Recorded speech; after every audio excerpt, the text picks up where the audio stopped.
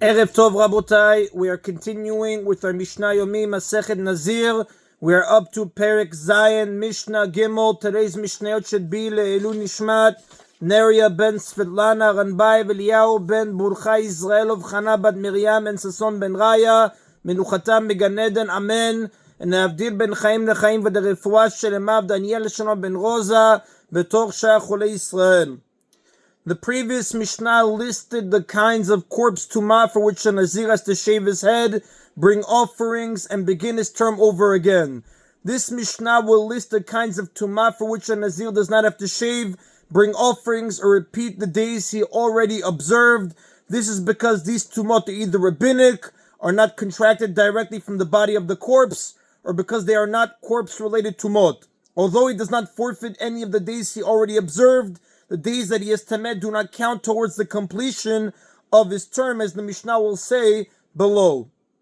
The Mishnah begins, Aval hasichachot v'peraot ubetapras. However, if he became tamed from tumah that was under the overhanging branches of a tree, these branches are separated from one another and do not form a continuous roof.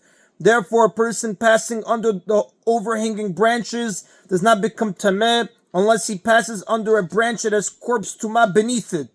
The Mishnah refers to a case where the branches of the tree were hanging over a street and there was a kazait of a corpse under one of them. A Nazir walked under the overhanging branches, but he does not know whether he passed under the branch that had the corpse flesh beneath it. By biblical law, he is not tameh because of the rule that a doubt about tumah in a public domain such as a street is considered tahor, as the Gemara says on page 57a in Masechet Nazir. Nevertheless, the rabbis decreed that he is tameh in this case because of the possibility that he passed under the branch with the tumah.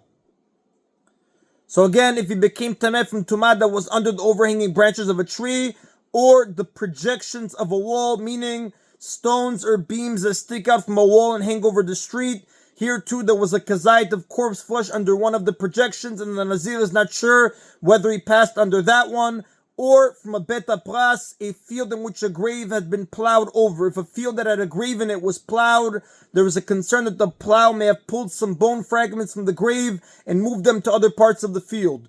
The rabbis therefore decreed that an area of 100 amot surrounding the grave be treated as if it contained bone fragments.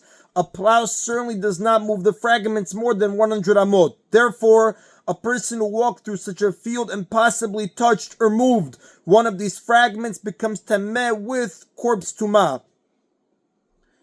The Eretz Ha'amim, or from the lands of the nations, meaning from the land outside of the land of Israel. The rabbis decreed tumah on the lands outside of Eretz Israel because the dead in those countries were not always buried in cemeteries. Therefore, a person who leaves Eretz Israel becomes tameh as if he touched a corpse. Although we learned in chapter 3, Mishnah 6, that if someone accepted Nazirut upon himself outside of Eretz Israel, he must repeat his entire term in Eretz Israel. That is only because he observed his entire Nazirut outside the land. But when the Nazirut begins in the land and the Nazir then leaves, the law is different. Now the four tumot listed to this point are all rabbinic. A Nazir therefore does not shave or bring offerings on their account, nor does he forfeit any days since he is tall on the biblical level. Nevertheless, he must purify himself in the same way as someone who is biblically tameh, as the Mishnah will teach below, and then continue counting his Nazirut from where he left off when he became tameh.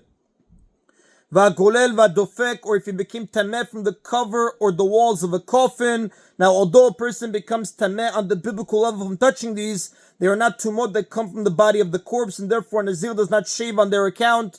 Uvi dam, or from a quarter log of the blood of a corpse. A person becomes tameh from even a quarter log of the blood of a corpse by touching it, carrying it, or being under the same roof with it. Nevertheless, a Nazir does not shave for this unless he becomes tameh from at least half a log of blood. This is halacha leMoshe miSinai.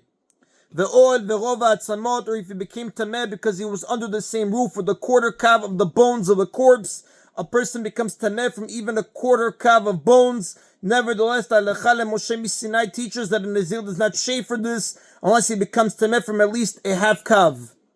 V'chelim anogim bemet, or because he touched. Back to the point we said regarding the bones. Right, the oil, the rova atzamot, or he became tameh because he was under the same roof with a quarter kav of bones of a corpse. We said again, a person becomes tameh from even a quarter kav of bones, but the Halacha Moshe Sinai teaches that a Nazir does not shave for this unless he becomes tameh from at least a half kav. However, if he touches or carries the bones, he shaves even for a quarter kav, even if they were crushed, and no fragment is even the size of a barley corn. It is only for the roof, tum'ah, of a quarter kav that he does not shave. The chelim anogim bemet, or because he touched utensils that were touching a corpse. A utensil touching a corpse is considered like the corpse itself while they are touching. A Nazir who became tameh from a utensil touching a corpse, however, does not shave or forfeit his nazirut because this tumah is not directly contracted from the body of the corpse. And this concludes a list of 7-day tumot that are corpse-related. The Mishnah will now list two 7-day tumot that are not corpse-related. Vimei sofro, vimei gomro, or if during his term of Nazirut he was also a mitzorah.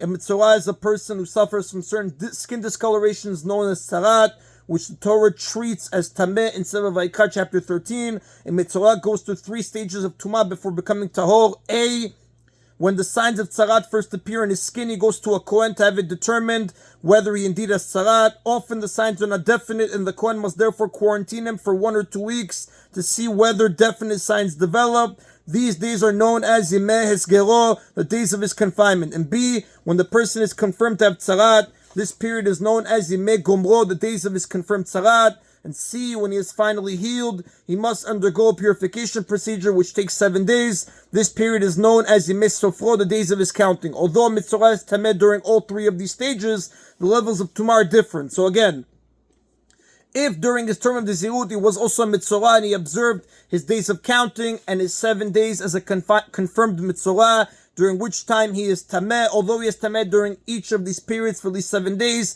and those days do not count towards his days of Nazirut, he does not shave or forfeit the days of Nazirut that he kept already, since this tumah is not from a corpse. Al elu en nazir megalech, for these tumot, a Nazir does not shave his head after purifying himself from them, and this statement of the Mishnah applies to all the corpse-related tumot mentioned earlier. The mitzorah, however, does shave his whole body, including his head, as part of his mitzorah purification process. But he must be sprinkled with the purification water containing the ashes of the paraduma on the 3rd and 7th days after he became tameh, as with anyone who becomes tameh from corpse tumah. This statement also does not refer to the mitzorah, since sprinkling on the 3rd and 7th days is a procedure done only for corpse tumah, not for any other kind of tumah. The Nazir in these cases does not forfeit the previous days of Nazirut that he already observed.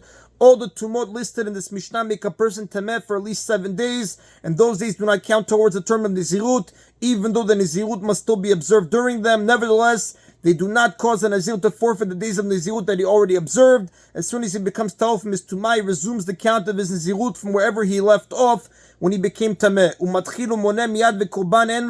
Rather, he begins to count the remaining days of his Nazirut immediately after he becomes tahor, and he does not bring any tumah offerings beforehand. Now, in these cases, the days that the Nazir was tameh did not count towards his term of Nazirut.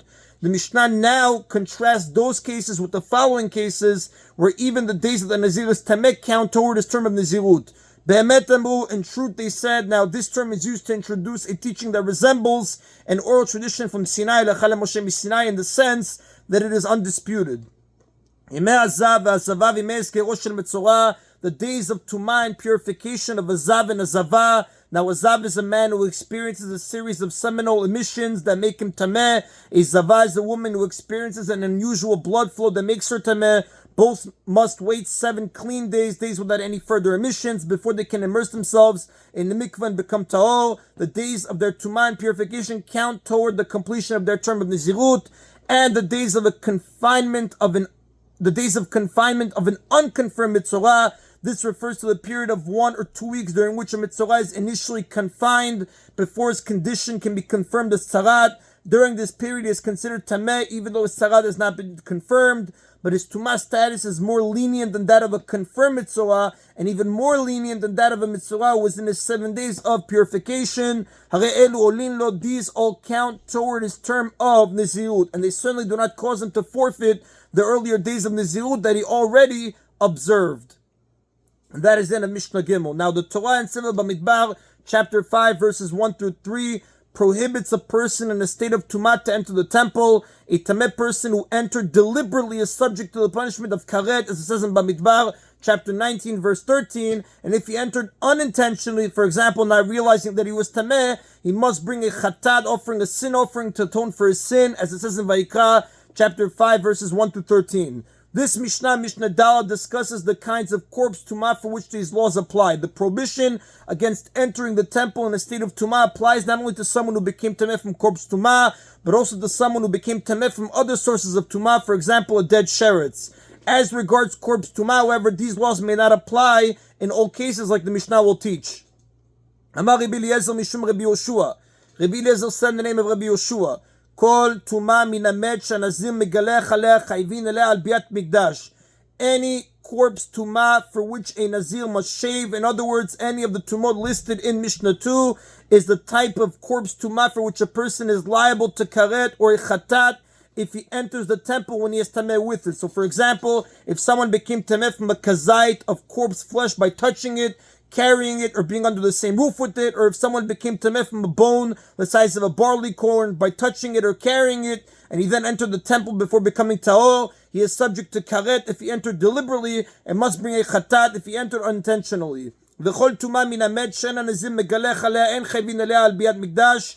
But any corpse tumah for which a nazir does not shave, meaning any of the corpse tumah listed in Mishnah 3, is the type of tumah for which a person is not liable if he enters the temple when he has tameh with it. For example, if a person became tameh by touching a quarter log of blood from a corpse, or any of the other corpse tumah listed in Mishnah 3, and he then entered the temple before becoming ta'or, he is not subject to any liabilities, even though he is tameh.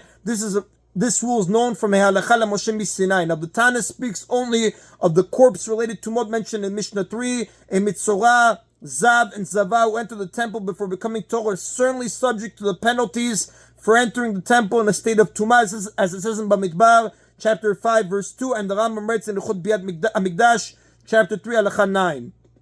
The next Tana argues that a person who entered the temple when he was tameh should be liable even for the corpse tumot listed in the previous Mishnah. Amar Rabbi Meir said, Lo tiezo kala min hasheretz. These corpse tumot for which a nazir does not shave, which is the tumot listed in Mishnah 3, should not be treated any more leniently than the tumah of a sheretz. A sheretz is any of the 8 creeping creatures listed in Vayikra chapter 11, verses 29 and 30, whose dead bodies generate tumah, which is the mildest of all tumot. Since a person is liable for entering the temple when he is tameh from a sheretz, as it says in Vayikra chapter 5, verse 2, he should certainly be liable for entering the temple when he is tameh with the stricter tumah of a corpse, even if it is one for which a nazir does not shave. The tumah of a sheretz is considered milder because it lasts for only 1 day and does not require sprinkling with purification water, just immersion in a mikveh, whereas corpse tumah lasts for 7 days and does require sprinkling with purification water before immersing in a mikveh. Now, Rabbi Meir does not refer to the rabbinic tumah listed in Mishnah 3. Since those people were not tameh on the biblical level, they certainly do not bring a chatat for entering. He refers only to the biblical tumah listed there. And the first Tana rejects Rabbi Meir's argument because he considers these rules to be the subject of Halacha Moshe Sinai, and therefore not subject to the usual lines of logical arguments. Now, we learned in Mishnah 3 that a Nazir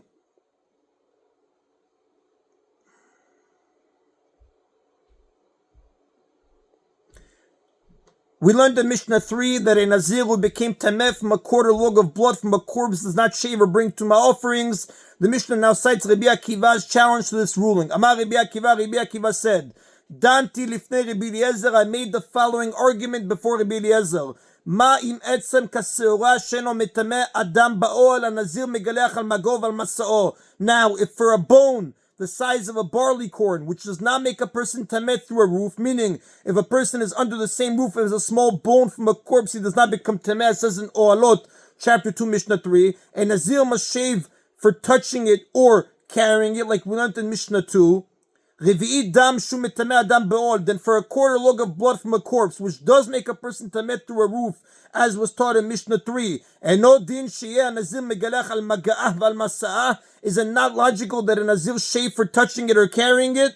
Now, this is a classic kal v'chomer, which is a lenient and strict argument. It runs like this: if a certain law which is treated less strictly in certain ways than another law has a certain stringency to it, then surely the other law, which is generally more strict, should have this stringency as well. In our case, the law of a small bone is treated less strictly than other types of corpse tumah, in that it does not transmit tumah through a roof. Yet, it has a stringency that it causes a Nazir to shave if he touches or carries the bone. Surely then a quarter log of blood, which does transmit tumah via a roof, should cause a Nazir to shave, at least when he touches or carries it. Rabbi Akiva relates Rabbi Eliezer's response to his argument. Amarli, Rabbi Eliezer said to me, Maze Akiva, what is this Akiva? And danin kal mikal v'chomer, we do not make kal v'chomer arguments here. We cannot derive the law for blood with the kal v'chomer from the law regarding a bone the size of a barley corn. Now Rabbi Eliezer did not explain why we cannot use the kal v'chomer argument in this case. Rabbi Akiva had this clarified to him by Rabbi Yeshua, as the Mishnah goes on to say. And when I came and presented the matter to Rabbi Yeshua, he said to me, to Rabbi Akiva, Yafeh amarta, you have spoken well, meaning that your kal v'chomer logic is correct and cannot be challenged.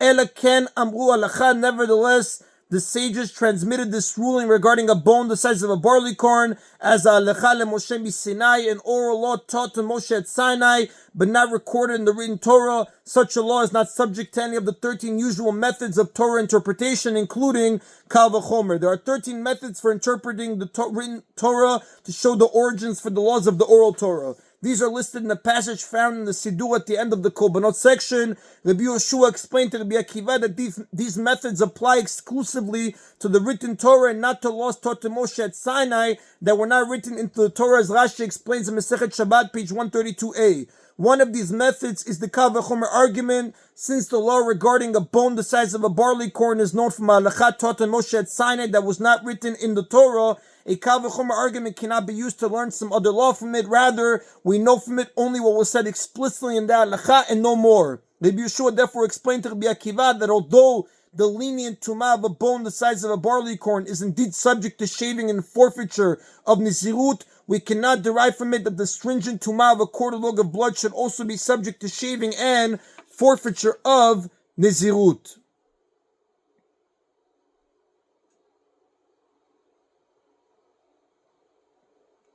And that is in Rabotai of today's Mishna Yomi. Baruch Adonai Leolam. Amen v'amen.